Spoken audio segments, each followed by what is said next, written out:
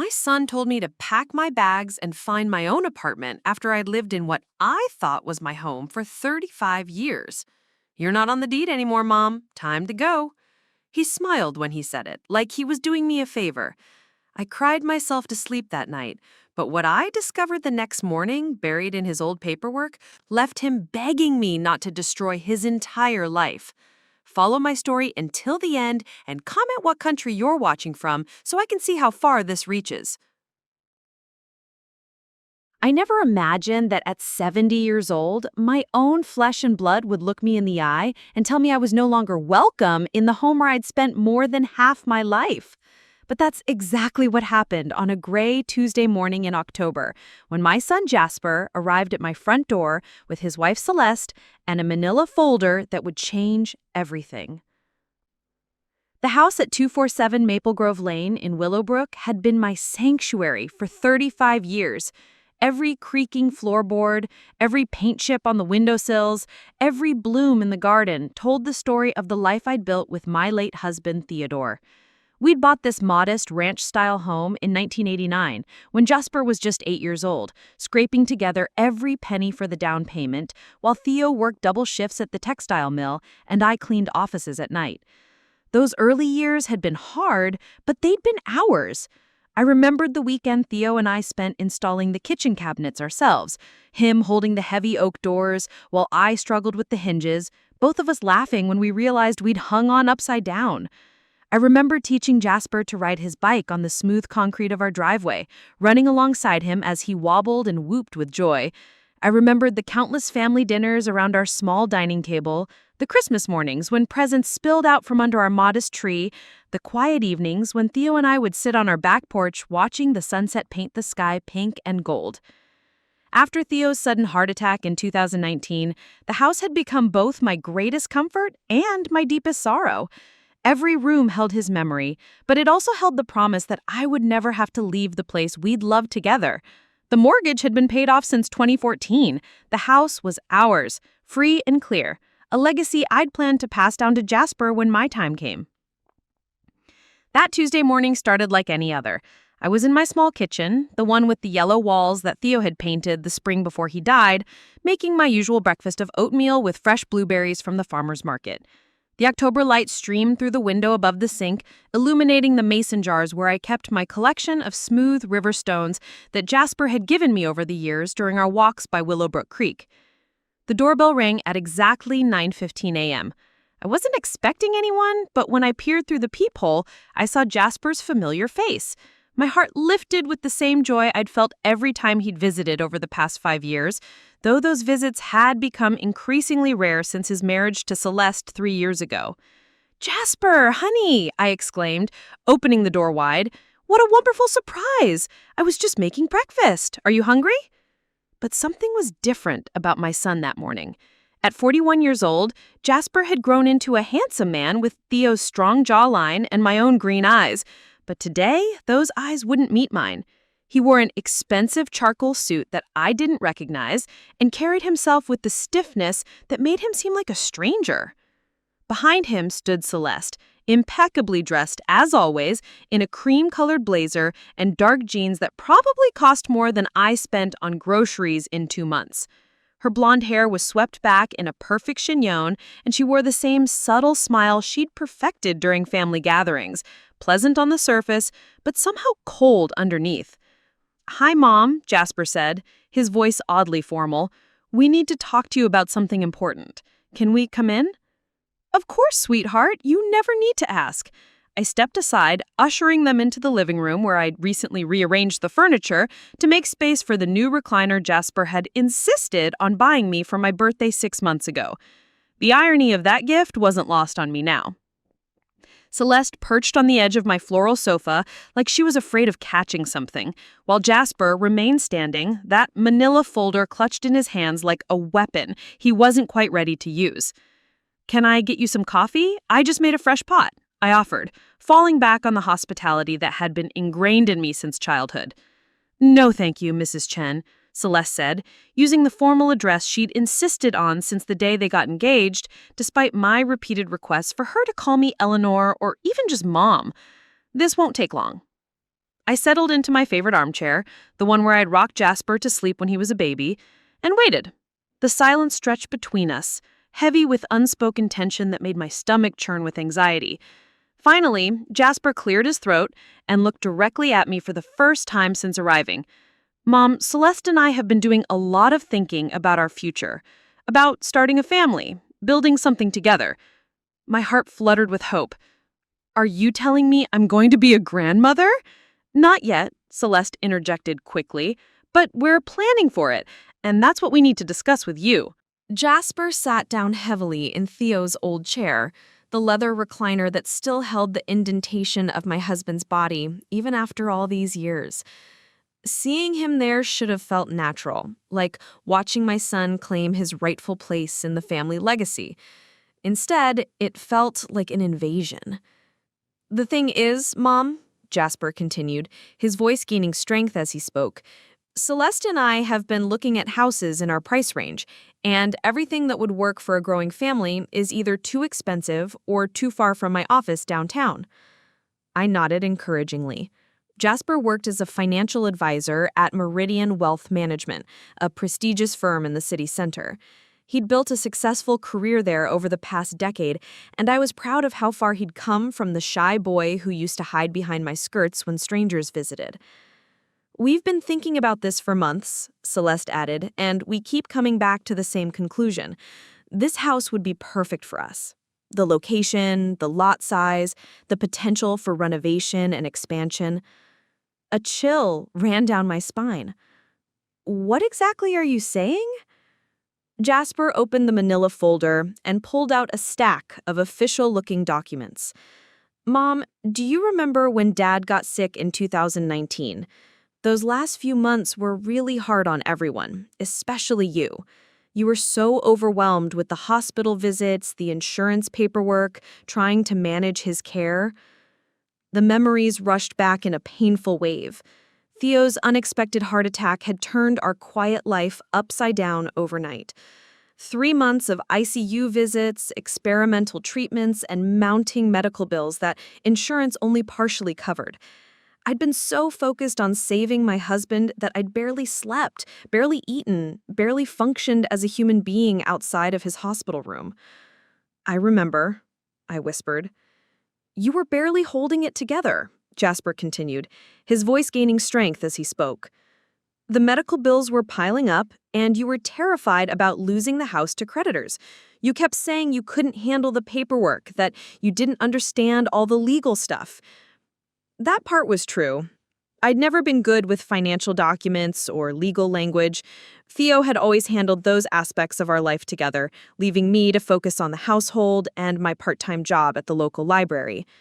When he got sick, I'd felt completely lost in a maze of insurance forms, medical bills, and legal documents I couldn't decipher. So I offered to help, Jasper said. Remember? I told you I could handle the paperwork to protect the house from any potential creditors. I said I'd make sure you never lost your home. The memory was fuzzy, filtered through the exhaustion and grief of that terrible time. I remembered signing papers, lots of papers, while Jasper explained in his patient, professional voice that he was protecting our assets. I'd trusted him completely. He was my son, my only child, and he worked in finance. Who better to help me navigate the legal complexities of my husband's illness? I remember you helping, I said slowly, but what does that have to do with now? Jasper pulled a document from the top of his stack and handed it to me. This is the deed to the house, Mom. Take a look at it. My hands trembled as I accepted the paper.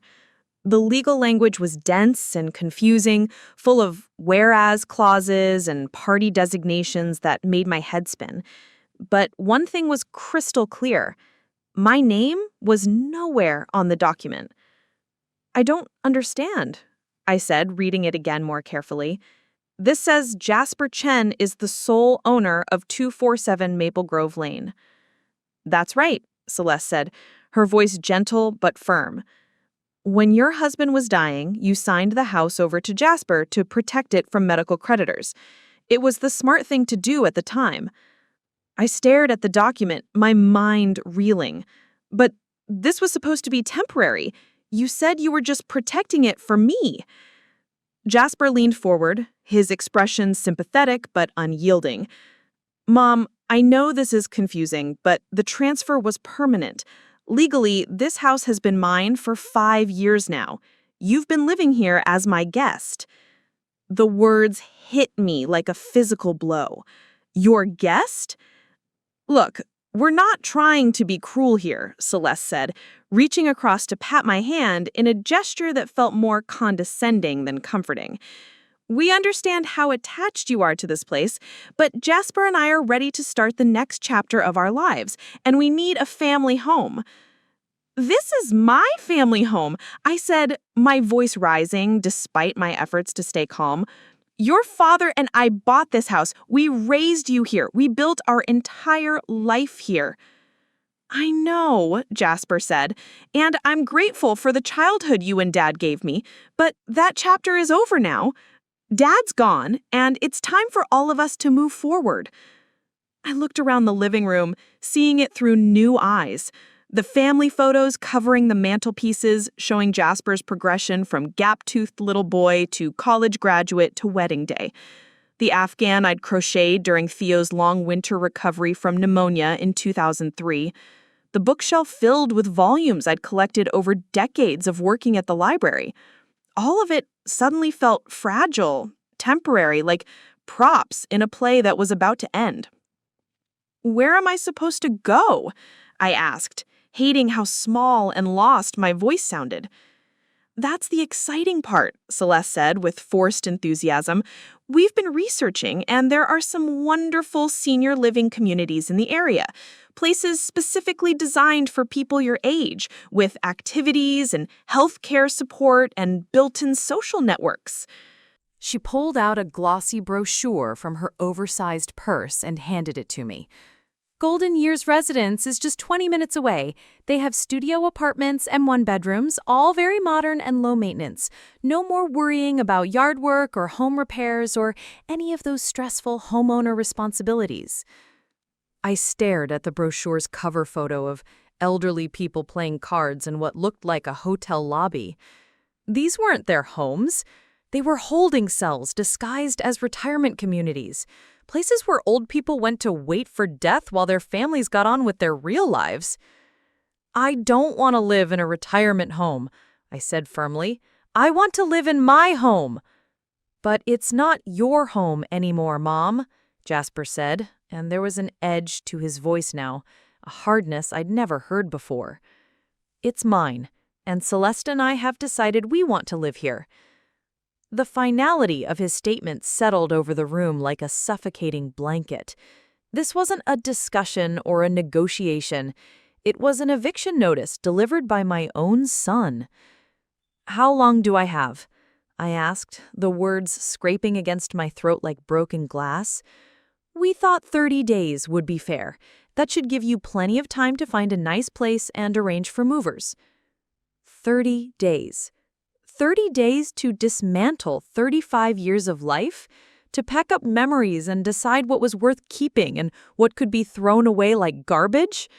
30 days to find somewhere to live on my fixed income of Social Security and the small pension from the library? What about my things? My furniture? My books? The garden? Well, obviously you can't take everything, Celeste said, her tone suggesting I was being unreasonable for even asking. Most senior communities have size restrictions, but you can take personal items, photos, clothes, that sort of thing.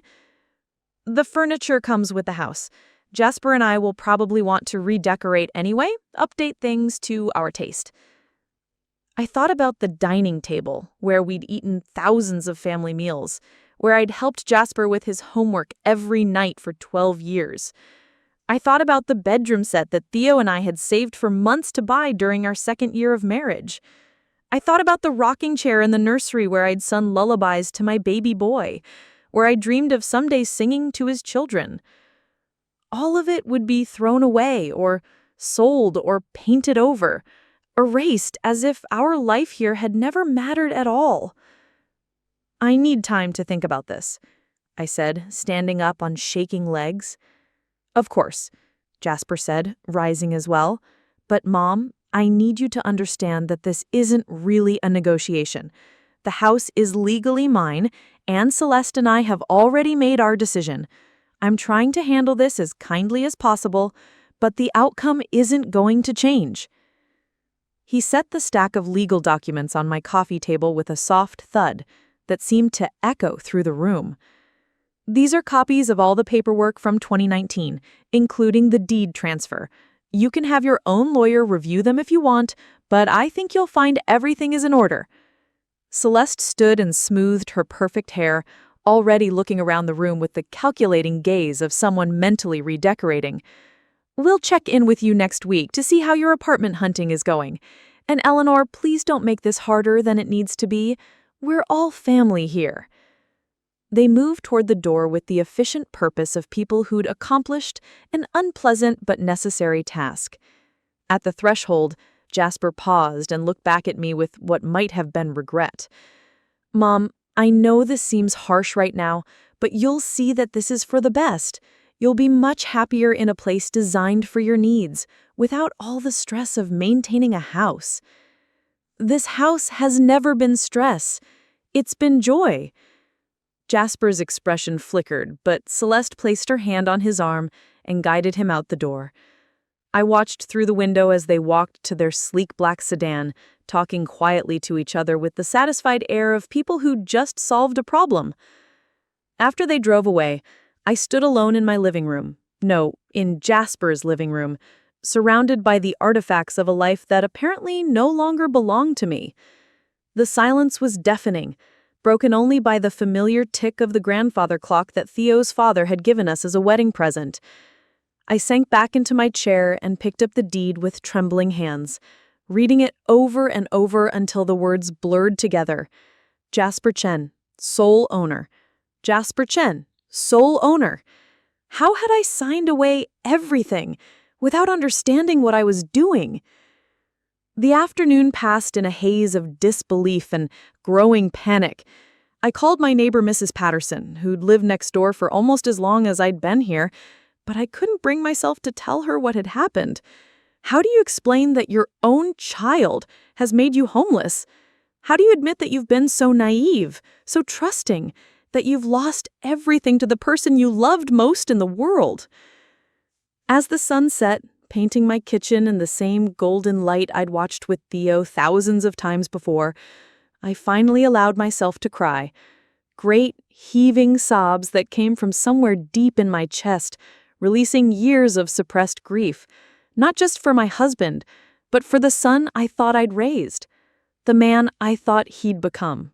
But as the tears dried and darkness settled over Willowbrook, something else began to stir inside me, a memory, dim and half-forgotten, of other papers I'd signed during those terrible months in 2019. Papers that Jasper had handled, documents he'd assured me were just routine legal protections. I thought about his expensive suit, his confident demeanor, the way he'd spoken to me like a businessman closing a deal rather than a son talking to his mother.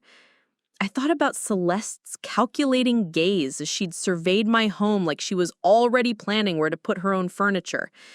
Something wasn't right about all of this. Something beyond the obvious cruelty of evicting your own mother. Jasper might be selfish and ungrateful, but he wasn't stupid. He knew the house meant everything to me, knew it was all I had left of the life I'd built with his father.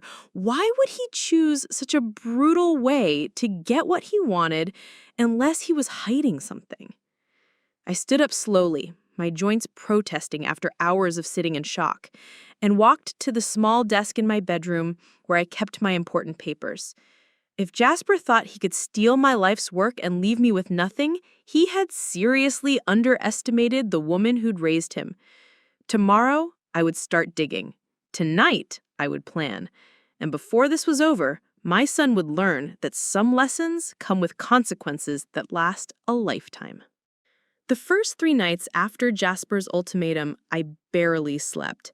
Every creak of the house settling, every whisper of wind through the maple trees outside my bedroom window reminded me that I was living on borrowed time in what had once been my sanctuary. I'd lie awake staring at the ceiling, replaying that devastating conversation over and over, searching for clues I might have missed. By Thursday morning, the shock had crystallized into something harder and more focused. If my son thought he could manipulate a grieving widow and steal her life's work, he had underestimated the woman who'd single-handedly raised him after his father's death. I might be 70, but my mind was as sharp as ever, and I had nothing left to lose. I started in the most obvious place, the stack of legal documents Jasper had left on my coffee table. I spread them across my dining room table, the same oak table where I'd helped him with algebra homework and watched him struggle through college applications, and began reading with the methodical patience I'd learned during my 30 years as a library research assistant. The deed transfer was dated March 15th, 2019, just 2 weeks before Theo passed away. I remembered that period as a blur of medical crises and insurance paperwork, but seeing the specific date triggered a memory that made my stomach clench. March 15th had been the day Theo had his second heart attack, the one that had sent him back to intensive care and stolen our last hopes for his recovery. I'd been at the hospital for 18 straight hours that day, holding my husband's hand while machines beeped and nurses checked his vitals every 15 minutes. There was no way I could have been signing real estate documents. So when had I actually signed this deed transfer? I examined the signature more closely. It was definitely my handwriting, but something felt off about it. The letters were shakier than usual, the spacing irregular, like I'd been extremely tired or upset when I'd signed it. But more importantly, I had no memory of understanding what I was signing.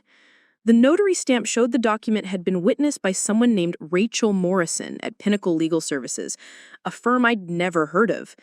The address was downtown in the same business district where Jasper worked. That seemed like an odd coincidence. I picked up the phone and dialed directory assistance. I need the number for Pinnacle Legal Services downtown. I'm sorry, ma'am, but I don't show any listing for that firm, the operator replied. Could you check under Morrison, Rachel Morrison? No listings under that name either. I hung up and stared at the notary stamp. Either the firm had gone out of business in the past 5 years, or something much more troubling was happening here. The next document in Jasper's stack was even more disturbing. It was labeled Power of Attorney Agreement and gave Jasper broad authority to handle my financial affairs, including the right to make real estate transactions on my behalf. The signature date was March 20th, 2019, 5 days after the deed transfer and 3 days after Theo's funeral. I definitely remember signing this one. Jasper had brought it to house the morning after we buried his father, explaining that I needed someone to help manage the complex financial aftermath of Theo's death. I'd been so devastated, so overwhelmed by grief and exhaustion that I barely read the document before signing it. It's just temporary, Mom. I could hear his voice in my memory. Just until you're feeling more like yourself again. I'll handle the insurance payments and medical bills. You don't have to worry about any of that. But looking at the document now, I realized it wasn't temporary at all. The power of attorney had no expiration date and gave Jasper almost unlimited control over my finances. More troubling still, there was a clause buried in the legal language that specifically authorized him to transfer, sell, or otherwise dispose of real property on behalf of the principal. I sat back in my chair feeling sick. Jasper hadn't just helped me protect the house during Theo's illness, he had systematically positioned himself to take complete control of my assets while I was too grief-stricken to understand what I was agreeing to. But if that was true, why wait 5 years to kick me out? What had changed recently that made him suddenly want the house? I spent the rest of Thursday morning searching through my own files, looking for any other documents I might have signed during that terrible period. In a folder marked Medical Bills 2019, I found something that made my blood run cold. It was a letter from Theo's insurance company. dated April 10, 2019, confirming that all medical expenses had been fully covered and that no additional payments were required. There had been no creditor threat to the house, no financial emergency that required transferring ownership to protect our assets. Jasper had lied to me about everything. Friday morning, I drove downtown to the address listed for Pinnacle Legal Services. It was a generic office building with a directory in the lobby showing dozens of small businesses and professional services. But there was no listing for Pinnacle Legal Services, either current or past. I took the elevator to the building management office on the third floor. The receptionist, a young woman with bright purple hair and multiple piercings, looked up from her computer with a helpful smile. "I'm trying to locate a legal firm that used to be in this building, Pinnacle Legal Services, with a notary named Rachel Morrison." She pulled up something on her computer and frowned. "I don't see any record of that firm ever being here. I've been working here for 3 years, and my supervisor would know if there had been a legal office recently. How long ago are we talking?" "About 5 years. Let me check with Mr. Peterson. He's been managing this building for over a decade." She disappeared into a back office and returned a few minutes later shaking her head. "Mr. Peterson says there's definitely never been a Pinnacle Legal Services here. Are you sure you have the right address?" I showed her the notary stamp on my deed transfer. Her frown deepened as she examined it. "This is weird," she said. "This shows our building address, but I'm telling you, there's no record of this business ever existing here. And look at this notary number.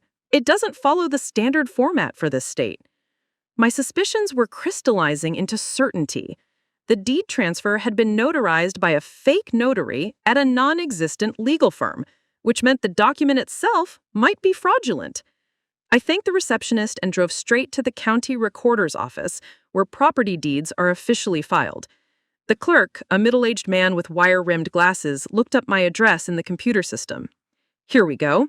247 Maple Grove Lane. Shows the current owner as Jasper Chen, with the deed transfer recorded on March 15, 2019. Can you tell me who filed the deed transfer?" He clicked a few more keys. "Filed by Jasper Chen himself. Paid the recording fee in cash." Is that normal for someone to file their own deed transfer? "Not really," he admitted.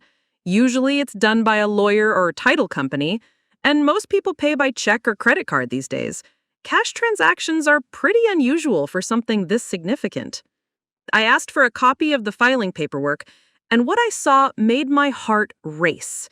Jasper's signature was on the filing documents, but mine appeared to be photocopied rather than original.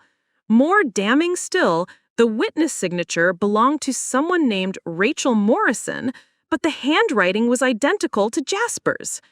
My son hadn't just lied to me about protecting the house. He'd created fraudulent documents to steal it from me while I was grieving my husband's death. That evening, I sat in my kitchen, the kitchen where I'd raised Jasper, where I'd packed his school lunches and helped him with science projects and celebrated his acceptance to college, and tried to piece together the scope of his betrayal. The timing told the story. Theo's first heart attack had been in January 2019. For 2 months, we struggled with medical bills and insurance complications while Jasper helped by handling the paperwork. During that time, he must have been planning how to take advantage of our crisis. The fake deed transfer was dated during Theo's second heart attack when I was at the hospital and couldn't possibly have been signing documents. But somehow, my signature had appeared on papers that transferred ownership of my home to my son. The power of attorney was signed during my deepest grief, when I was barely functional and desperate for someone to handle the practical details of death and loss. Jasper had presented it as temporary help, but he'd crafted it to give himself permanent control over everything I owned. For 5 years, he'd held that power quietly, letting me believe I still owned my home while he bided his time. But something had changed recently, something that made him suddenly urgent about claiming his stolen property. I thought about Celeste's eager examination of my living room, The way she'd talked about renovation and expansion plans, I thought about their mention of starting a family, their complaints about housing prices and their preferred neighborhoods. And then I remembered something that made everything click into place. 3 months ago, Jasper called to tell me about a promotion at work.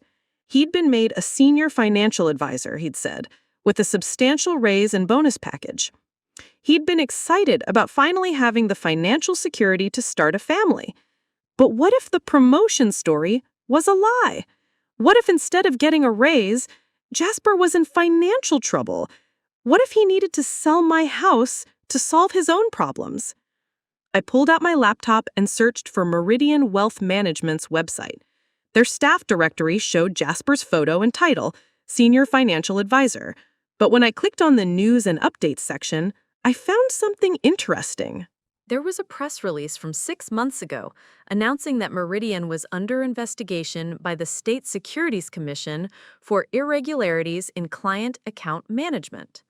Several employees had been placed on administrative leave pending the outcome of the investigation.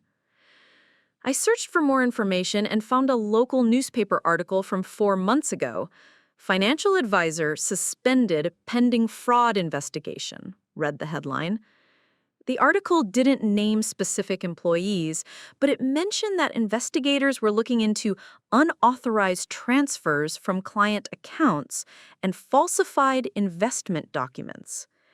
The pieces were falling into place with horrible clarity. Jasper wasn't just a son who'd grown selfish and ungrateful. He was a financial advisor who'd been caught stealing from his clients, and he needed money fast to either pay restitution or hire lawyers or both. My house wasn't just a convenient upgrade for his lifestyle, it was his escape plan. Saturday morning, I drove to the Willowbrook Public Library, where I'd worked for 3 decades before retiring. My old supervisor, Margaret Reeves, was still the head librarian, and she greeted me with the warm smile I remembered. "Eleanor, how wonderful to see you. What brings you in today?" "I need to do some research, and I thought I might need access to some databases that require library credentials." "Of course, dear. You know this place better than anyone. What are you working on?" I explained that I was looking into some financial irregularities, leaving out the personal details, and needed to search legal records and news archives. Margaret set me up at a computer terminal with full database access and left me to work. For the next 4 hours, I systematically searched for information about Jasper, Meridian Wealth Management, and financial fraud investigations in our state. What I found painted a picture of systematic theft and professional misconduct that made my stomach turn. Jasper wasn't just under investigation, he was facing criminal charges. A grand jury had indicted him 2 months ago for embezzling over $400,000 from client accounts. His trial was scheduled to begin in 6 weeks. The newspaper articles provided details that made his recent behavior toward me make perfect sense. Prosecutors were seeking full restitution to victims as part of any plea agreement. Jasper's legal bills were already substantial, and if convicted, he could face up to 10 years in prison. He needed my house because it was the only asset valuable enough to save his freedom. But there was something else in the court documents that caught my attention. The prosecution had filed a motion to freeze Jasper's assets pending trial, including any real estate holdings. If Jasper officially owned my house, the court could prevent him from selling it. Unless, of course, he could prove that he'd owned it legitimately for years before his criminal activity began. I printed out the relevant articles and court documents, my hands shaking with a mixture of rage and vindication. My son hadn't just stolen my home. He'd planned to use it as his escape from the consequences of stealing from his clients. On Saturday morning, I sat in my garden among the roses I'd planted to honor Theo's memory and made my decision. Jasper had used my grief and trust to forge documents and steal my property. He'd planned to throw me into a nursing home to cover up his crimes and fund his legal defense. But he made one crucial mistake. In his arrogance and desperation, he'd created a paper trail that proved his fraud. And unlike the elderly clients he'd stolen from, I wasn't going to quietly disappear. It was time to remind my son that the woman who'd raised him was tougher than he'd ever imagined. And the lesson I was about to teach him would cost him everything he thought he'd stolen from me. Monday morning, I made 3 calls that would change everything. The first was to Detective Maria Rodriguez at the Financial Crimes Division of the State Police. I'd found her name in one of the newspaper articles about the Meridian investigation. Detective Rodriguez, my name is Eleanor Chen. I believe I have evidence of document fraud related to the Meridian Wealth Management case. The second call was to Sandra Walsh, an attorney who specialized in elder financial abuse. I'd found her through the State Bar Association's referral service. Ms. Walsh, I need representation for a case involving forged real estate documents and power of attorney abuse by a family member. The third call was to my son's cell phone. When he answered, I could hear Celeste's voice in the background discussing paint colors and furniture arrangements. "Hello, Jasper," I said calmly. "We need to talk. There are some documents I think you'll be very interested to see." The silence on the other end of the line told me everything I needed to know. My son realized, perhaps for the first time, that his mother was not as helpless as he had assumed. "I'll be right over," he said, his voice tight with what might have been fear. As I hung up the phone, I looked around my kitchen one more time, seeing it not as a place I was about to lose, but as the battleground where I would reclaim everything that had been stolen from me. Jasper had forgotten the most important lesson I'd taught him as a child. Actions have consequences, and some debts always come due. Jasper arrived at my door 43 minutes after my phone call, and for the first time in years, I could see genuine fear in his eyes. He'd changed out of his usual expensive suit into jeans and a polo shirt, as if dressing casually might somehow make this conversation less serious. Celeste wasn't with him, which told me he understood this meeting wasn't going to go the way he'd planned.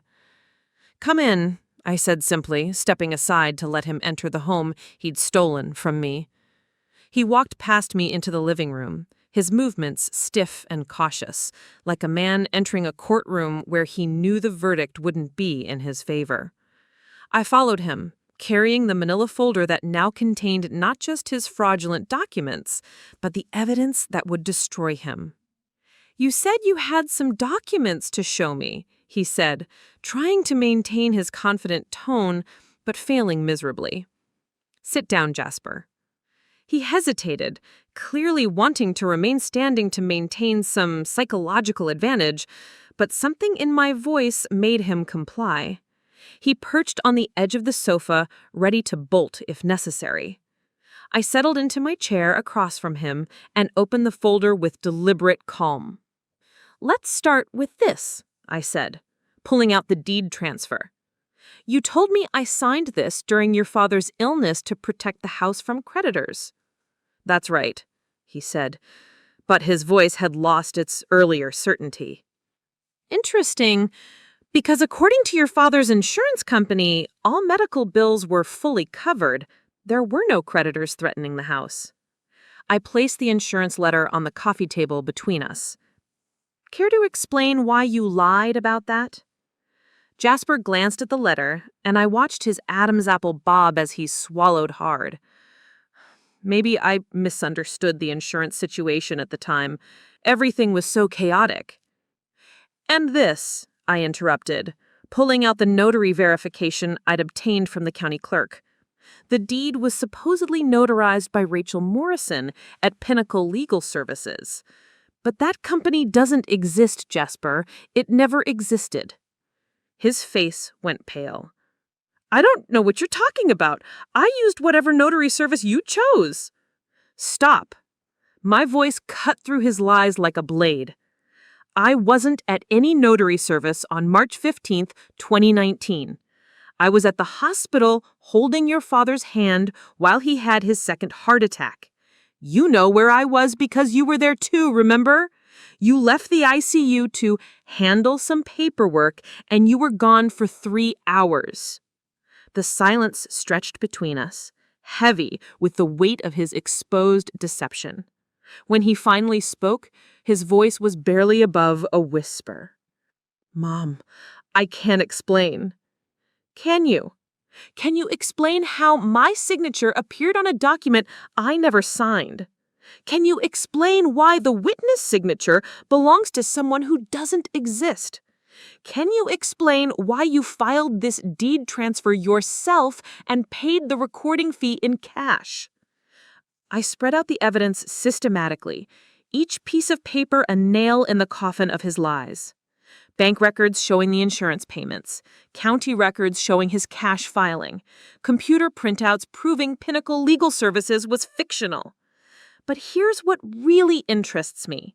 I pulled out the newspaper articles about his criminal indictment. The timing of your sudden interest in evicting me. Jasper's eyes widened as he saw the headlines. Where did you get those?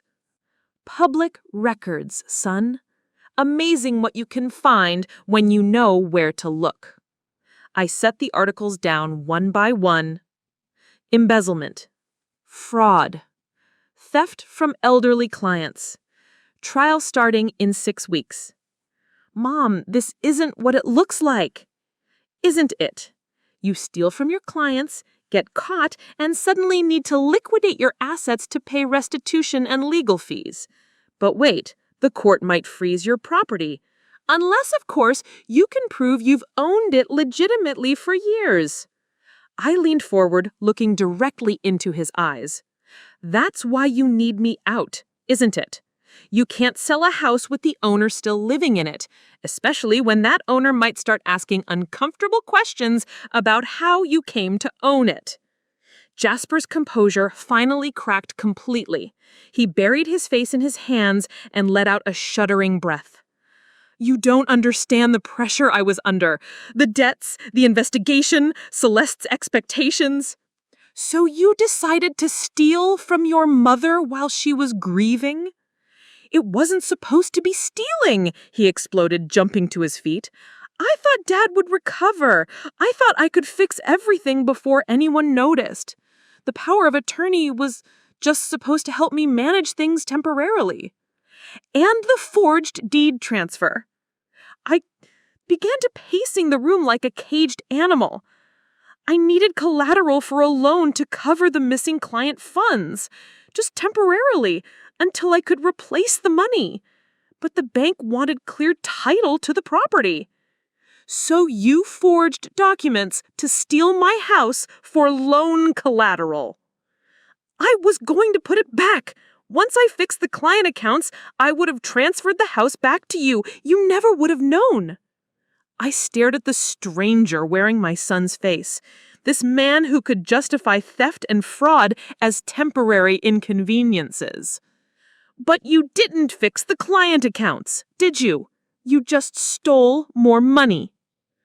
The market turned against me. Investments I was sure would pay off went bad.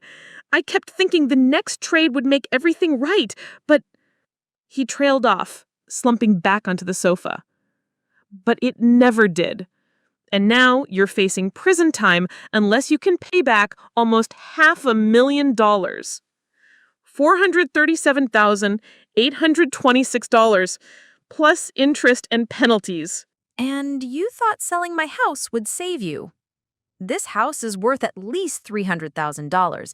With that in our savings and maybe a plea deal, I might avoid prison time. I felt a wave of disgust wash over me. You would put your 70-year-old mother in a nursing home to avoid the consequences of your crimes? Those places aren't that bad, Mom, and it would only be temporary until I got back on my feet. Stop. I held up my hand. Just stop talking. Every word that comes out of your mouth makes this worse. I stood up and walked to the window that looked out over the garden where Thene and I had planted our life together. Do you know what hurts the most about all this, Jasper? He didn't answer. It's not the theft. It's not even the lies.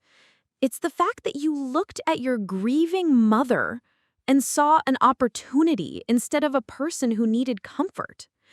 Mom, please. I trusted you with my most vulnerable moments. When your father was dying, when I could barely function from grief, you were calculating how to steal from me.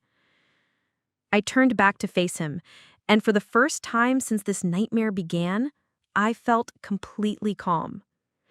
You made one crucial mistake. What do you mean? You assumed I was too old and too trusting to fight back. I walked to my desk and pulled out 3 more documents I'd prepared that morning.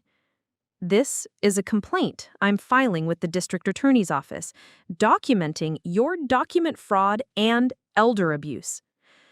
Jasper's face went white as he read the formal charges. This, I continued, placing the second document on the table, is a civil lawsuit seeking damages for emotional distress, theft, and fraud. My attorney thinks we have an excellent case. And this, I said, setting down the final paper, is the real deed to this house. Jasper frowned as he picked it up. I don't understand. This shows you as the owner. That's because I never actually signed it over to you. You see, when you created your fraudulent deed transfer, you forgot something important. The original deed is still on file at the county recorder's office, and it still shows me as the legal owner. But the transfer was never legally valid because I never actually signed it. Your forged document was filed, yes, but it doesn't supersede the original legal deed. Any first-year law student could have told you that. The realization dawned on him slowly. You mean I don't actually own the house? You never did. You filed fraudulent paperwork, but you can't steal real estate with forged documents. The legal system has protections against exactly this kind of fraud. Jasper stared at the papers spread across my coffee table, finally understanding the scope of his failure. Not only had he not solved his financial crisis, but he'd created a whole new set of criminal charges for himself. There's more, I said. I had a very interesting conversation with Detective Rodriguez from the Financial Crimes Unit. She's very interested in your document forgery skills. Apparently, there's some question about whether some of the investment documents in your client files might have been altered as well. You called the police? I called the police, the district attorney's office, the State Bar Association, and the Securities and Exchange Commission. I've been very busy since your visit Tuesday. Jasper slumped forward, his head in his hands again. You're going to destroy me. No, son. You destroyed yourself.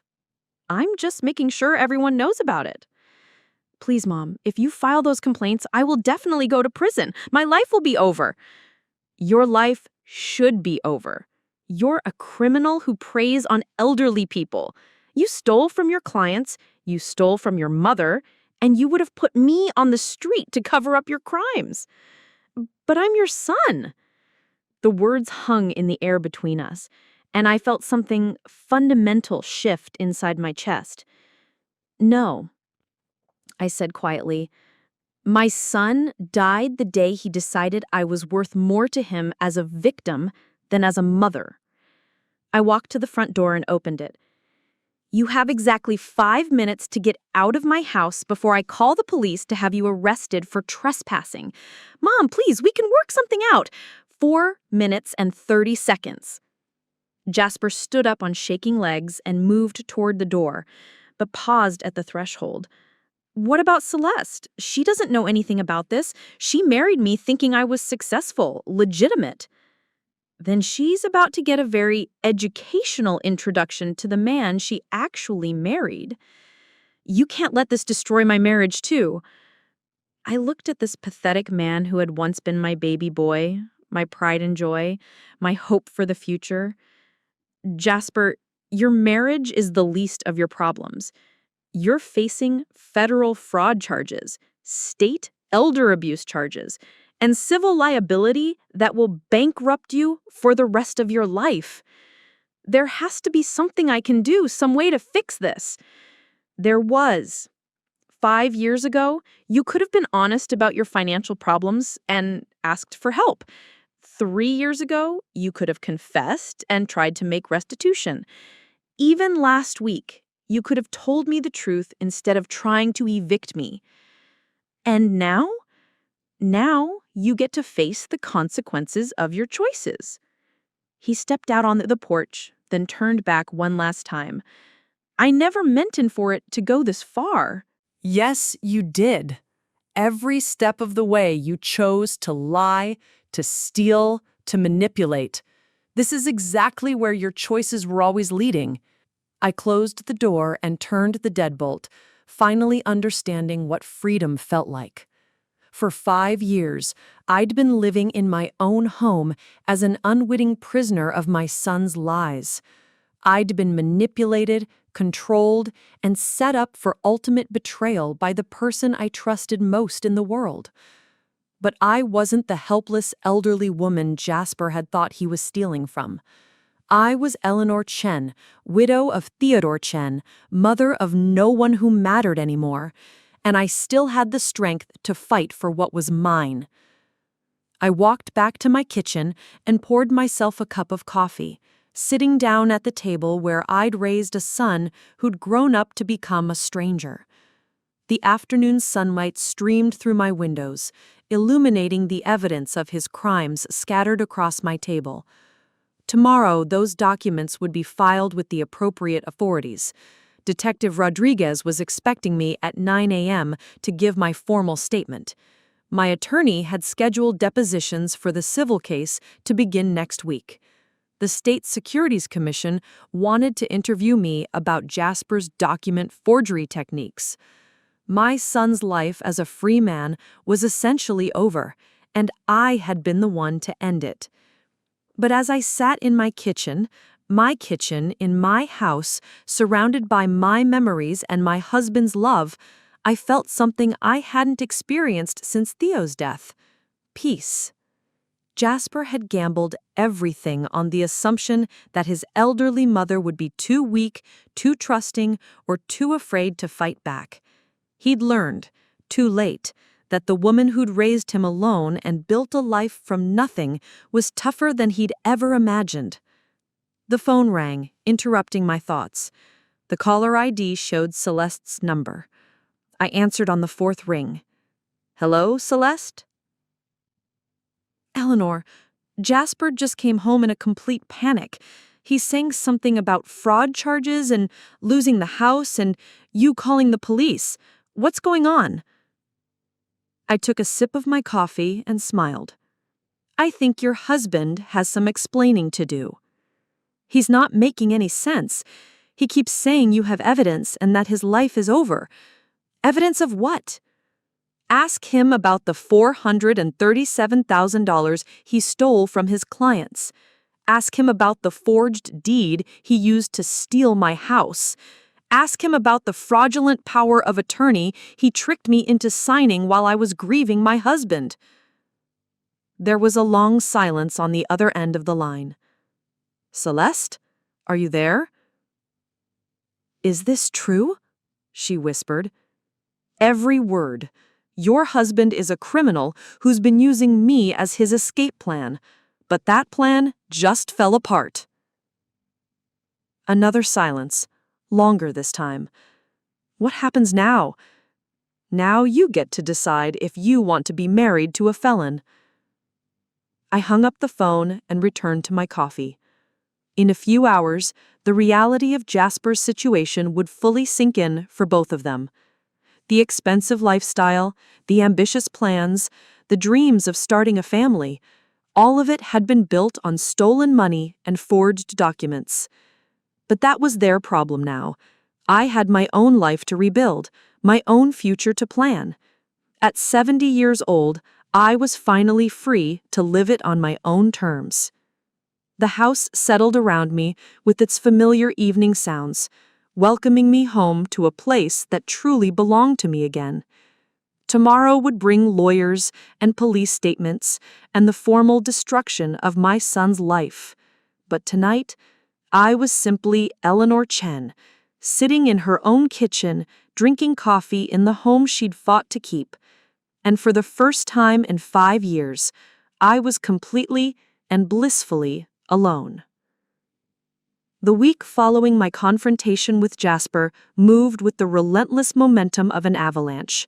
Once I'd set the legal machinery in motion, there was no stopping the cascade of consequences that would ultimately bury my son's carefully constructed lies.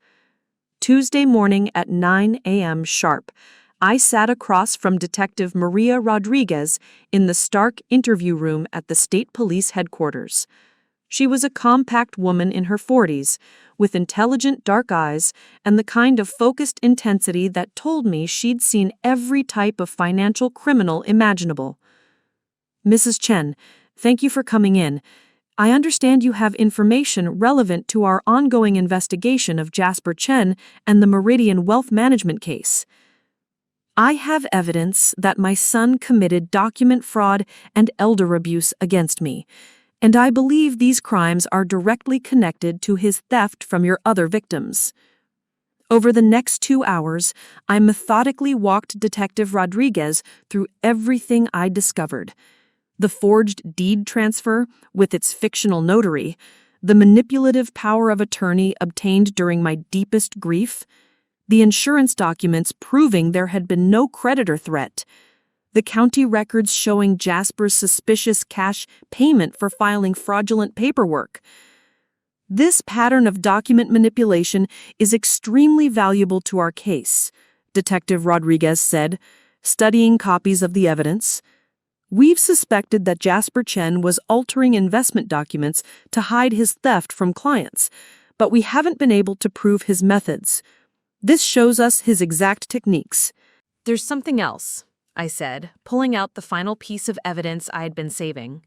"This is a loan application Jasper filed with Pinnacle Bank 6 months ago, using my house as collateral." The detective's eyebrows shot up as she examined the document. He used fraudulent ownership documents to secure a loan? A $200,000 loan, which she claimed was for property improvements. But as you can see from these bank statements, the money went directly into his personal account to cover missing client funds. "Mrs. Chen, this is bank fraud on top of everything else. You've just handed us enough evidence to add several more felony charges to his indictment." I felt a grim satisfaction watching the detective's excitement as she realized the scope of Jasper's criminal enterprise. "How long will he go to prison? With what you've given us today, plus the client theft charges, plus the new bank fraud evidence, he's looking at a minimum of 15 years in federal prison, possibly 25. 25 years. My son would be nearly 70 when he got out, if he lived that long. The life he'd tried to build on stolen money and forged documents would be completely over." "There's one more thing," Detective Rodriguez said. "We'll need you to testify at trial about the document fraud and elder abuse. Are you prepared to do that?" I thought about the baby I'd rocked to sleep, the little boy I'd taught to ride a bicycle, the young man I'd put through college. Then I thought about that same person looking me in the eye and telling me to pack my bags and find somewhere else to live after 35 years. "I'll testify," I said firmly. "The jury needs to understand exactly what kind of person they're dealing with." Wednesday brought my meeting with Sandra Walsh, the elder abuse attorney I'd hired to handle the civil case. Her office was in a converted Victorian house downtown, with the kind of warm, professional atmosphere that immediately put vulnerable clients at ease.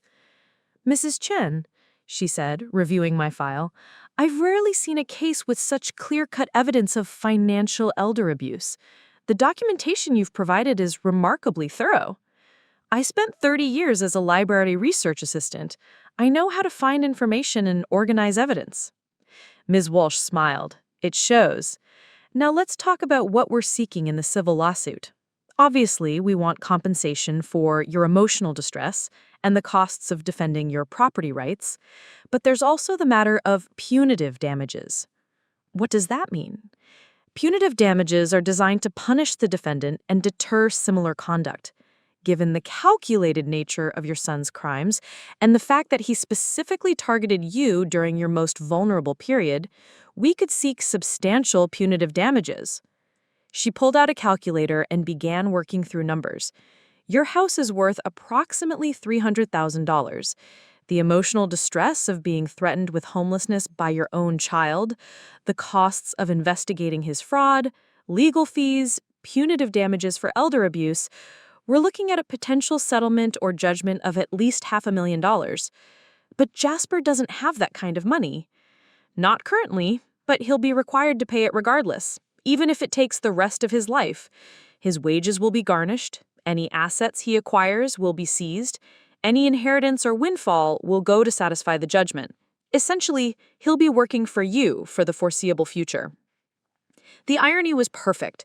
Jasper had tried to steal my house to fund his lifestyle, and now he'd spend decades working to pay me back money he'd never actually obtained. Thursday morning brought an unexpected visitor. I was in my garden, tending to the roses that bloomed despite the October chill, when I heard a car door slam in my driveway. Looking up, I saw Celeste walking toward my front door, but she looked nothing like the polished woman who demanded I move out just a week ago. Her designer clothes had been replaced by jeans and a plain sweater. Her perfect hair hung limp around her shoulders, and I could see she'd been crying. When I opened the door, she looked at me with the desperate expression of someone whose entire world had collapsed. "Eleanor, please, I need to talk to you." I considered closing the door in her face. This woman had stood in my living room and smiled while discussing my eviction, had looked around my home like she was already planning how to redecorate it. But something in her appearance told me she was no longer the enemy. "Come in," I said. We sat in my living room, in the same chairs where this nightmare had begun just over a week ago. But now Celeste was the one who looked defeated and desperate. "Is it true?" she asked without preamble. "Everything Jasper told me about the fraud charges, about stealing from clients?" "It's true." "And the house? He really forged documents to steal it from you?" "While I was grieving my husband, yes." She buried her face in her hands. "I didn't know. I swear to you, Eleanor, I had no idea about any of this. Didn't you think it was strange that he suddenly owned a house worth $300,000? He told me you'd given it to him as an early inheritance because you wanted to move to a retirement community.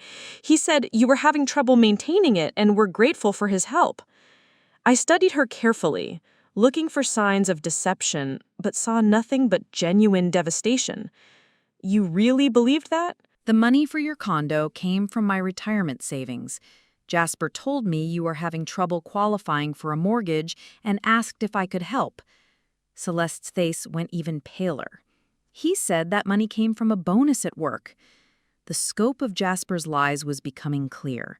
He'd been manipulating both of us, stealing from me to fund their lifestyle while lying to her about where the money originated. "There's more you should know," I said gently. The expensive dinners, the vacations, the designer clothes, it was all paid for with money stolen from his clients.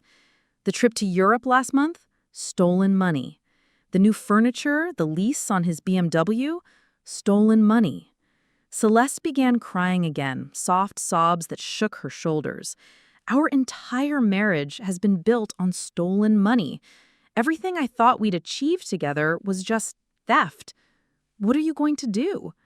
She looked up at me with red-rimmed eyes. I'm leaving him. I filed for divorce yesterday. I felt a moment of unexpected sympathy for this woman. She'd been as much a victim of Jasper's manipulation as I had, just in a different way. "I'm sorry," I said, and meant it. "Eleanor, there's something else. Something I think you should know." I waited. "Jasper has been talking about fleeing the country. He has a passport and some cash hidden away, and he's been researching countries that don't have extradition treaties with the United States." My blood ran cold. He's planning to run? He thinks if he can get to somewhere like Paraguay or Vietnam before his trial starts, he can disappear and start over. When? Soon, maybe this weekend. He's been liquidating everything he can convert to cash. I thanked Celeste and immediately called Detective Rodriguez.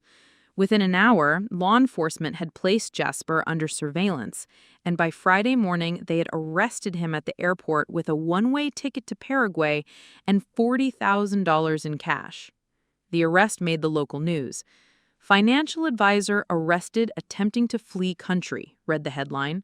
In the article detailed his fraud charges, his attempt to escape justice, and mentioned that his own mother had provided crucial evidence in the case. I watched the news coverage with mixed emotions. This was the final destruction of any relationship I might have salvaged with my son, but it was also justice for all his victims.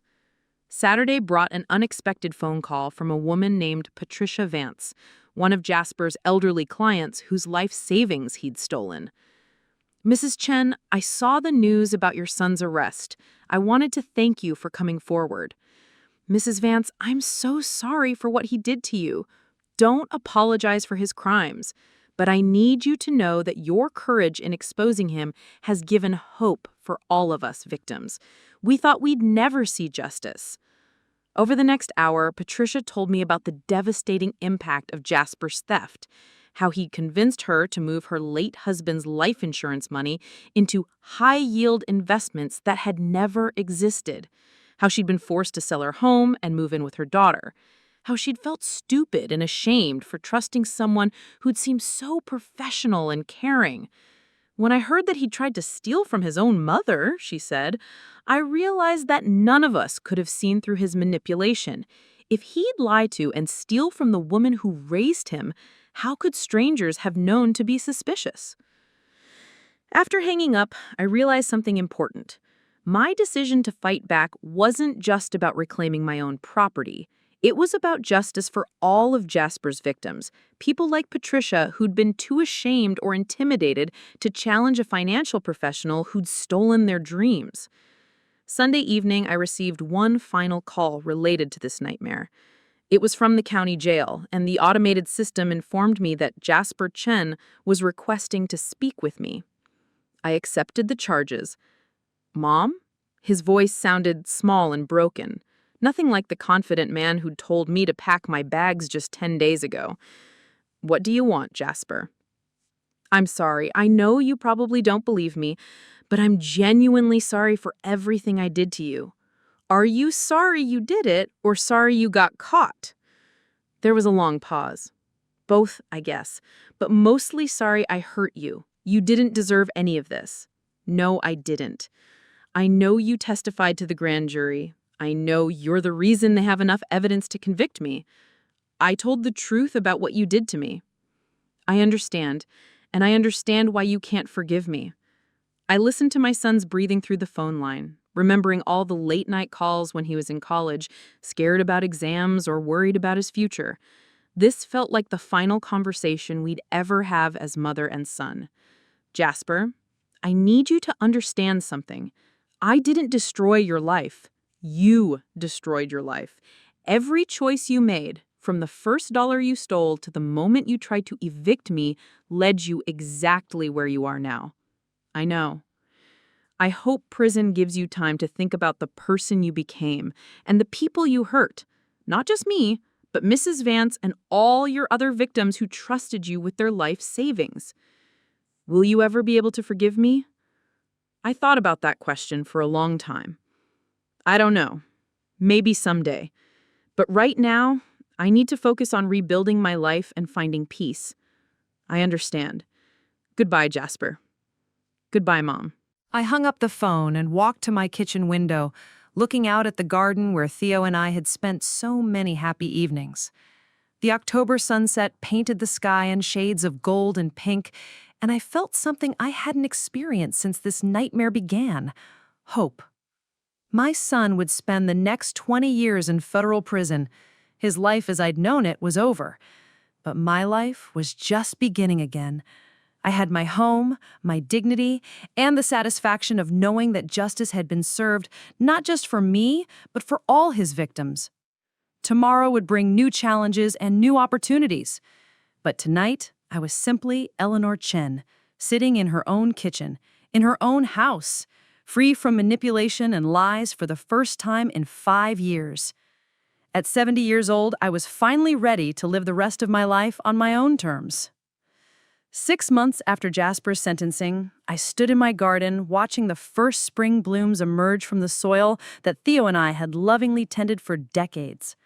The daffodils pushed through the earth with the same determination I'd found within myself during the darkest period of my life, and I couldn't help but smile at the symbolism. Jasper had been sentenced to 18 years in federal prison with restitution ordered for all his victims. The judge had been particularly harsh about the elder abuse charges, noting that crimes against vulnerable family members represented a fundamental betrayal of the trust that holds society together. He would be eligible for parole in 12 years when he'd be 53 years old. The civil case had settled out of court for $425,000, though collecting that money would take years of wage garnishment from whatever prison job Jasper eventually obtained. Sandra Walsh had explained that the settlement amount would be held in trust, generating modest monthly payments that would help cover my living expenses for the rest of my life. "It's not about the money," I told her when she'd presented the settlement offer. "It's about accountability."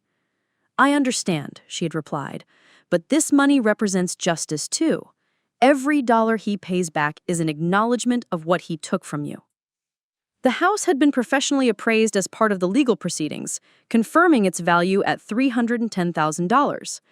Knowing that I truly owned something of such substantial worth had given me a security I hadn't felt since Theo's death. For the first time in years, I could make plans for my future without fear. The media attention had been overwhelming initially. The story of a 70-year-old woman taking down her criminal son had captured public imagination, and I'd received dozens of interview requests from local and national news outlets. I'd declined most of them, but I had agreed to speak with Sarah Martinez from the Willowbrook Tribune for a feature story about elder financial abuse. "Mrs. Chen, what would you say to other elderly people who might be experiencing financial abuse from family members?" "I'd tell them to trust their instincts," I'd replied.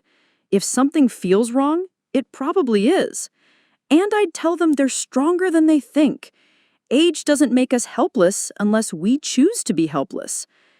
The article had run with the headline, "Grandmother Fights Back: How One Woman's Courage Exposed Elder Abuse," and had generated dozens of calls from readers sharing their own stories of family financial manipulation. I'd started keeping a notebook of these calls, thinking there might be a way to help others navigate similar situations. Dr. Patricia Morrison from the university's psychology department had contacted me after reading the article. She was researching family financial abuse and asked if I'd be willing to participate in her study. "Your case is unique," she'd explained during our first meeting. "Most victims of elder financial abuse never fight back, either because they don't understand what's happening or because they're too afraid of losing family relationships. Your decision to pursue justice despite the personal cost is remarkable." I didn't feel remarkable. I felt angry and betrayed. Everything else grew out of that. That's exactly what makes your response so significant. You channeled your anger into productive action instead of accepting victimization. Dr. Morrison had invited me to speak at a conference on elder rights the following month. The thought of addressing a room full of professionals about my experience was terrifying, but I'd accepted. If my story could help protect other elderly people from what I'd endured, it was worth the discomfort. The transformation in my daily life had been gradual but profound. For 5 years, I'd lived under the shadow of Jasper's manipulation without even realizing it. His periodic visits had always left me feeling somehow diminished, though I hadn't understood why at the time. His subtle comments about my age, my capability, my decision-making had slowly eroded my confidence in ways I was only now recognizing. "You're different now," my neighbor Mrs. Patterson had observed during one of our morning coffee visits. "More present, I guess. Like you're fully yourself again." She was right. I felt more like the woman I'd been before Theo's death, before grief had made me vulnerable to my son's manipulation. I was sleeping better, eating with actual appetite, and finding joy in small daily pleasures I'd forgotten to notice. The house itself seemed to reflect this transformation. I'd hired a local handyman to repair some long-neglected maintenance issues that I'd been too overwhelmed to address. Fresh paint in the kitchen, new fixtures in the bathroom, professional cleaning of the carpets, small improvements that made the space feel renewed rather than just preserved. Most significantly, I'd started making the house truly mine again, rather than a museum to my life with Theo. I'd moved some furniture, updated the guest bedroom, and even converted Jasper's old room into a home office where I could pursue the volunteer work I'd been considering. The Willowbrook Elder Advocacy Center had reached out after the newspaper article, asking if I'd be interested in training as a volunteer advocate for elderly people dealing with financial abuse. The irony of helping others with the same problem I'd faced wasn't lost on me, but it felt like a meaningful way to use my experience. We need advocates who understand the psychology of family financial abuse, explained Janet Reeves, the center's director. Too many professionals don't grasp how manipulation works within family systems. You've lived it and overcome it. The training program was comprehensive, covering legal resources, psychological support techniques, and practical steps for documenting financial crimes. I discovered an aptitude for the investigative work that reminded me of my library research skills. More importantly, I'd found purpose in helping others reclaim their dignity and independence. My first case involved a 74-year-old man whose daughter had been systematically emptying his savings account to fund her gambling addiction. Working with him to gather evidence and contact authorities had been emotionally challenging, but ultimately rewarding. When he'd called to tell me his daughter had agreed to enter treatment and begin repaying the stolen money, I'd felt the same satisfaction I'd experienced when Jasper was sentenced. Mrs. Chen, I don't think I would have had the courage to fight back if I hadn't heard about what you did. You showed me that being old doesn't mean being helpless. That phone call had crystallized something important for me. My experience with Jasper, painful as it had been, had given me tools to help others in similar situations. The victimization had ended, but the knowledge and strength I'd gained from overcoming it could serve a larger purpose. Spring had brought another unexpected development. Michael Patterson, Mrs. Patterson's widowed son, had moved back to Willowbrook to help care for his aging mother. He was 65, recently retired from a career in education, and we'd struck up a friendship based on our shared experience of starting over later in life. I never thought I'd be beginning a new chapter at this age, he'd confided during one of our evening walks around the neighborhood. After Helen died, I assumed the interesting parts of my life were behind me. I felt the same way after Theo passed, I'd replied, but I've learned that life doesn't stop offering opportunities just because we're older. Sometimes it just offers different kinds of opportunities. Our friendship was developing slowly, naturally, without the pressure or expectations that might have complicated such relationships in our younger years. We shared books, attended community events together, and had established a comfortable routine of evening walks when weather permitted. It wasn't romance, exactly, but it was companionship with someone who understood the complexities of rebuilding life after loss. You know, he'd said recently, watching how you handled the situation with your son taught me something important about resilience. I'd been so focused on what I'd lost that I forgot to notice what I still had to offer. The legal proceedings had finally concluded in March, almost exactly a year after my discovery of Jasper's fraud. The final hearing for victim impact statements had been emotionally draining but necessary. I'd stood before the judge and described not just the financial impact of Jasper's crimes, but the deeper violation of trust that had shattered my understanding of family relationships. Your Honor, my son didn't just steal my property. He stole my sense of security, my trust in family bonds, and my faith in the people closest to me. The financial losses can be calculated and repaid. the emotional damage will take much longer to heal. Jasper had been present for the sentencing, dressed in an orange jumpsuit and looking older than his 41 years. When given the opportunity to address the court, he'd offered what seemed like a genuine apology to his victims, though I remained skeptical about his sincerity. "I want to specifically apologize to my mother," he said, looking directly at me for the first time since his arrest. "I took advantage of her grief and her trust in ways that I can never fully atone for. I understand that I've destroyed our relationship, and I accept responsibility for that loss." I had felt no satisfaction in seeing him in chains, no joy in his obvious suffering. What I felt was a profound sadness for the waste of potential, for the man he could have been if he'd made different choices. But I also felt closure, a sense that justice had been served, and I could finally move forward without looking back. Celeste had divorced him quietly while he awaited trial. She'd moved to another state to escape the scandal and start over with a new identity.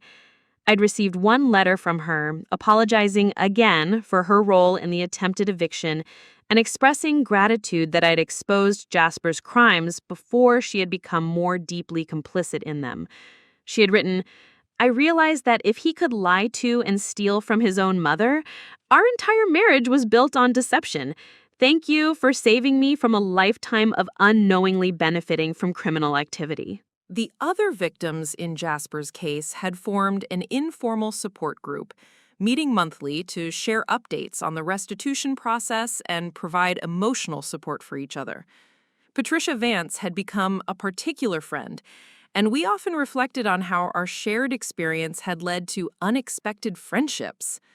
"It's strange," she'd observed during one of our meetings, "how something so terrible could lead to something so positive. I feel more connected to people now than I did before this happened." That sentiment captured something important about my own journey. The isolation I'd felt during my years of unknowing manipulation had been replaced by meaningful connections with people who understood both vulnerability and strength.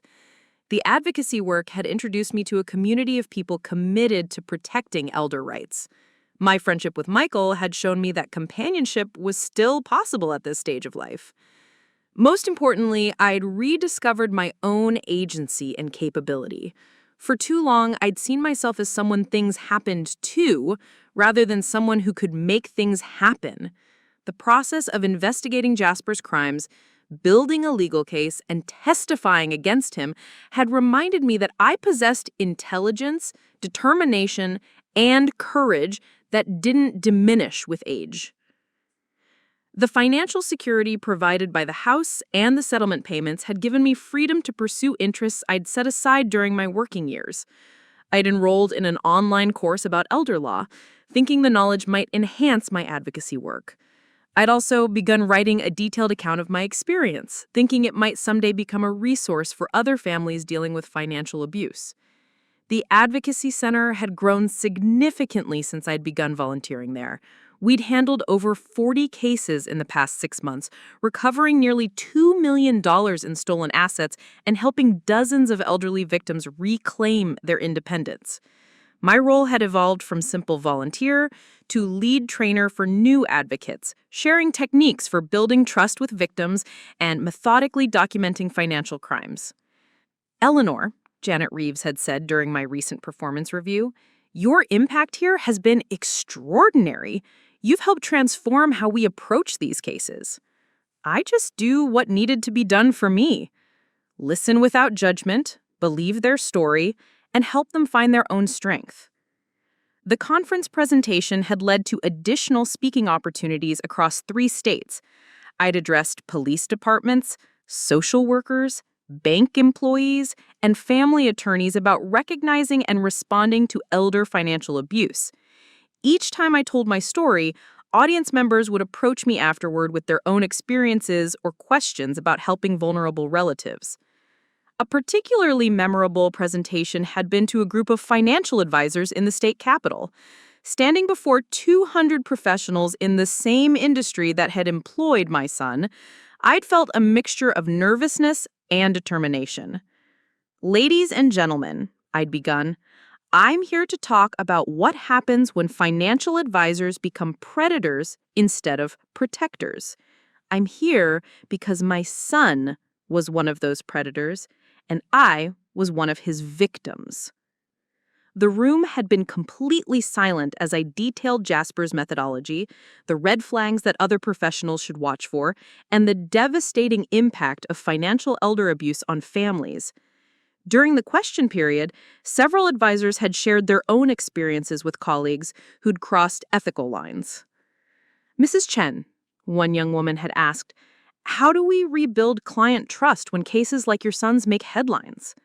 By being transparent about the problem and committed to preventing it. Acknowledge that these crimes happen.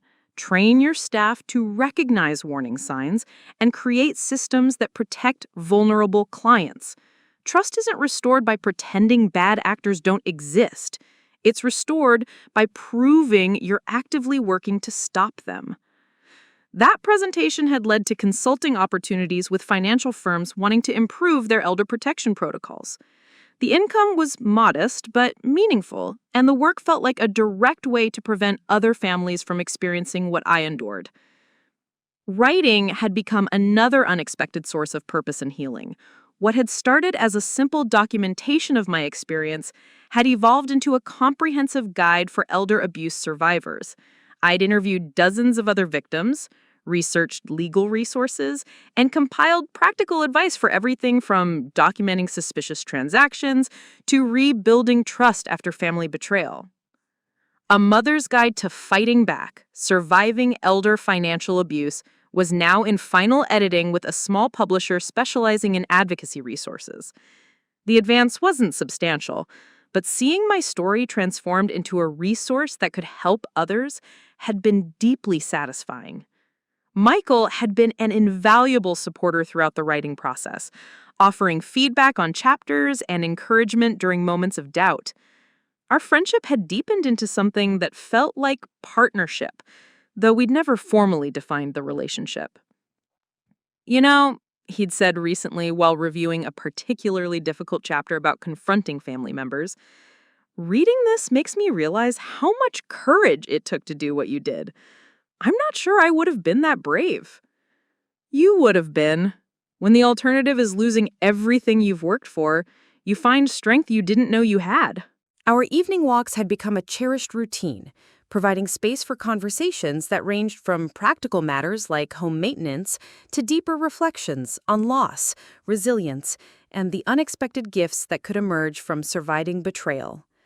We'd discovered shared interests in gardening, local history, and volunteer work, and had begun planning some small travel adventures for the coming year. The house had been transformed in ways both visible and subtle. Beyond the practical improvements I'd made, it felt different energetically. The oppressive weight of deception and manipulation had lifted, replaced by a sense of authentic ownership and pride. I hosted my first dinner party in years the previous month, inviting Patricia Vance, Michael, the Pattersons, and several advocates from the center. "This feels like a celebration," Patricia had observed, looking around my dining room with its fresh flowers and carefully prepared meal. "Like you're officially reclaiming this space." She was right. For too long, the house had felt like a place I was borrowing rather than a home I owned. Every improvement I made, every decision about decorating or maintenance, was an assertion of my right to shape the environment where I lived. The garden had been completely redesigned over the spring months. While I'd kept Theo's memorial roses, I'd added new sections with vegetables, herbs, and cutting flowers that reflected my current interests and needs. The physical work of planting and weeding had been therapeutic, providing a tangible way to literally grow new life from soil that held so many memories. My relationship with money had evolved significantly as well. The settlement funds and consulting income had given me security I'd never expected to have at this stage of life. But more importantly, they'd taught me that financial independence was about more than just having money. It was about understanding my rights, protecting my assets, and never again allowing someone else to control my economic security. I'd worked with a fee-only financial planner to structure my investments conservatively, ensuring steady income while preserving principal for potential long-term care needs. but I'd also allocated funds for travel, education, and charitable giving, pursuits that enriched my life rather than simply maintaining it. The Elder Advocacy Center had become a second beneficiary in my will, along with a scholarship fund I'd established for students studying gerontology or elder law. If my experience could help train future professionals to better protect vulnerable elderly people, it would serve a purpose beyond my own lifetime. Summer had brought an unexpected visitor. Detective Rodriguez had called to let me know that Jasper had requested a meeting with me through the prison chaplain. The message was that he wanted to apologize in person and ask for my forgiveness. "You have no obligation to see him," she had emphasized, "and if you do decide to visit, it should be for your own peace of mind, not because you feel pressured to forgive him." I thought about it for several weeks before declining. Whatever healing I needed to do regarding my relationship with Jasper, it didn't require his participation. Forgiveness, I'd realized, was something I could choose for my own well-being, not something that required his presence or apology.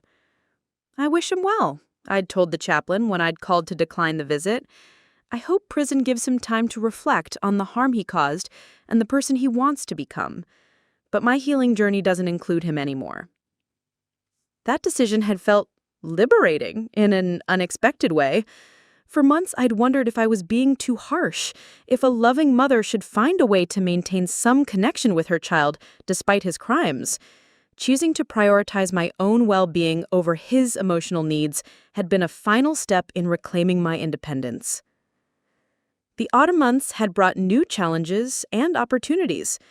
I'd been invited to join the board of directors for the State Coalition Against Elder Abuse, a position that would allow me to influence policy and funding decisions affecting thousands of vulnerable seniors. The responsibility felt weighty, but appropriate, given how much my own life had been shaped by inadequate protections for elderly victims. My first board meeting had been intimidating, a room full of lawyers, social workers, and policy experts discussing complex legislative strategies and budget allocations. But when the discussion turned to victim services and support programs, my perspective as someone who'd actually experienced family financial abuse had proven valuable. "Eleanor brings something to our deliberations that we can't get from academic research or professional experience," the board chair had noted after my first meeting. "She understands intimately what our clients are going through." The consulting work with financial firms had expanded as well. I'd developed a training curriculum specifically focused on recognizing manipulation techniques used by family members against elderly clients. The sessions combined educational content about warning signs with practical role-playing exercises that helped employees practice difficult conversations. The key, I'd explain to each group, is understanding that financial elder abuse within families doesn't usually look like obvious theft. It looks like helpfulness that gradually becomes control. It looks like concern that slowly turns into manipulation. These presentations had led to policy changes at several major firms, including mandatory reporting procedures for suspicious family involvement in elderly clients' accounts and regular check-ins with vulnerable clients to ensure their autonomy was being respected. Writing continued to be both therapeutic and purposeful. Beyond the book project, I'd begun contributing monthly articles to the Elder Advocacy Center's newsletter, sharing stories from other survivors and practical advice for recognizing and responding to financial manipulation. The positive response from readers had been overwhelming, with many sharing their own experiences and expressing gratitude for information that helped them protect themselves or assist family members. One particularly impactful article had focused on the psychology of family financial abuse, explaining how perpetrators used guilt, fear, and false emergencies to manipulate elderly relatives. A woman in her 80s had written to thank me for the article, saying it had helped her recognize that her nephew's increasingly urgent requests for loans were actually attempts at theft. "Your article saved my retirement savings," she'd written. "I was starting to feel guilty for questioning his stories about medical emergencies and business opportunities. You helped me understand that protecting my money wasn't selfish. It was necessary." Winter had brought quieter satisfactions. Long evenings reading by the fireplace, working on my book manuscript, and planning the next year's garden. Michael and I had settled into a comfortable routine of shared dinners twice a week, taking turns cooking and experimenting with new recipes. The domestic partnership wasn't passionate romance, but it was companionship that enriched both our lives. I keep thinking about how different this year has been from what I expected, he'd reflected during one of our winter evening conversations. Last year at this time, I was living alone in Phoenix, counting down days until retirement, assuming my most meaningful relationships were behind me. And now? Now I'm part of a community again. I'm helping my mother. I've gotten to know you and witness your incredible strength. And I'm discovering that there's still adventure and purpose available at this stage of life. His words had resonated deeply with my own experience. 12 months ago, I'd been living as an unknowing victim of my son's manipulation, believing my primary role was to be grateful for whatever place he allowed me in his life. The transformation into an independent woman with meaningful work, financial security, and chosen relationships had been profound. The anniversary of Jasper's original ultimatum had passed without the emotional devastation I'd expected. Instead of grief for the relationship we'd lost, I'd felt gratitude for the strength I'd discovered and the life I'd built from the ruins of his betrayal. I'd marked the day by visiting Theo's grave for the first time since the trial. Standing beside his headstone, I felt his presence in a way that seemed to approve of the person I'd become. "I wish you could see how this all turned out," I'd said aloud, placing fresh roses on his grave. "I think you'd be proud of me for fighting back. I think you'd be surprised by how strong I turned out to be." The wind had rustled through the cemetery trees in a way that felt like an answer, like approval for the choices I'd made and the life I was building. As spring approached again, I found myself planning not just the next growing season in my garden, but the next chapter of my advocacy work, my writing, and my personal relationships. At 71, I was experiencing something I'd never expected: excited anticipation for the future. The book would be published in the fall, with a promotional tour planned for several states. The Advocacy Center was expanding its services, and my role as lead trainer would grow accordingly. Michael and I had begun discussing a driving trip to visit national parks we'd both wanted to see.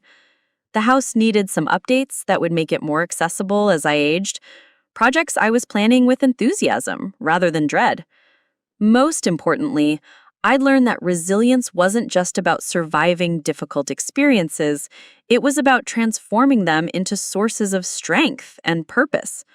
Jasper's betrayal had nearly destroyed me, but it had also revealed capabilities I'd never known I possessed, and connected me with people and causes that gave my life deeper meaning.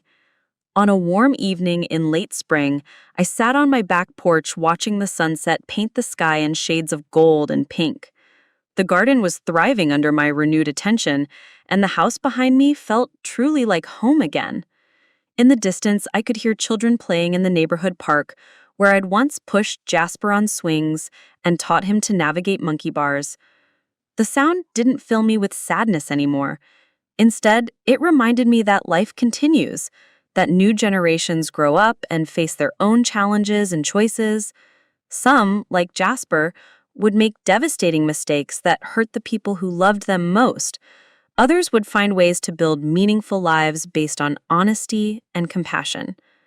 Michael appeared at my back garden gate carrying 2 cups of coffee and wearing the comfortable smile that had become a bright spot in my daily routine. "Mind if I join you?" he asked. "I'd like that," I replied, making room for him on the porch swing that Theo had installed during our second year in the house. We sat in comfortable silence, watching the last light fade from the sky and listening to the evening sounds of our neighborhood. Tomorrow would bring new challenges and opportunities, but tonight was simply peaceful in a way I'd forgotten was possible. "You know, I've been thinking about something you said last week about finding purpose and helping other people avoid what you went through. What about it?" I think that's what real resilience looks like. Not just surviving bad things, but finding ways to use that survival to benefit others. I considered his words, thinking about the advocacy work that had given new meaning to my days, the friendships that had grown from shared adversity, the sense of capability I'd rediscovered through fighting back against injustice. Maybe, I said, or maybe it's just what you do when you realize you're stronger than you thought you were. At 71 years old, I was building a life I could never have imagined when I first learned about Jasper's betrayal. It wasn't the life I'd planned when Theo and I first moved to Maple Grove Lane, but it was unmistakably mine. I'd claimed it not through inheritance or gift, but through my own determination to refuse victimization and demand justice. The stars began appearing in the darkening sky, and I felt the deep contentment that comes from knowing you fought for what matters and won. My son had tried to steal my home, my security, and my dignity. He'd failed completely, and in the process of defeating him, I'd discovered strengths I hadn't known I possessed. Tomorrow, I would continue the work of helping other elderly people protect themselves from financial abuse. Next week, I would share my story with professionals who could amplify its impact. Next month, I would plant new flowers in the garden that Theo and I had started, but that was now fully mine to tend. Tonight, I was simply Eleanor Chen, sitting on her own porch, in her own home, surrounded by the life she'd rebuilt from the ashes of betrayal. And for the first time in years, that felt like exactly enough. As the evening settled into night, I thought about the question that had haunted me during the darkest days of this ordeal. What would you do if your own child tried to steal your life? Now I knew the answer. You fight back with everything you have. You document the truth, demand justice, and refuse to be diminished by someone else's choices, no matter how much you love them. You discover that strength doesn't diminish with age, and that sometimes the most important battles are the ones you never expected to fight. You survive, you thrive, and you help others do the same. That's what I would tell anyone else facing what I faced. Trust yourself, document everything, and never accept that being older means being powerless. Sometimes, the most important thing you can do is refuse to be a victim, even when the perpetrator is someone you raised and loved. At 71 years old, I was just beginning to understand who I really was, and that person was stronger than any criminal, even one who happened to be my son. Now, I'm curious about you who listened to my story. What would you do if your own child tried to steal your home and leave you homeless? Have you ever had a family member betray your trust in such a fundamental way? Share your thoughts in the comments below. And if this story inspired you or taught you something about standing up for yourself, please share it with others who might need to hear this message. Sometimes the most important thing we can do is refuse to suffer in silence. Thank you for following my journey until the end. Check out these other incredible stories of people who fought back against family betrayal and won.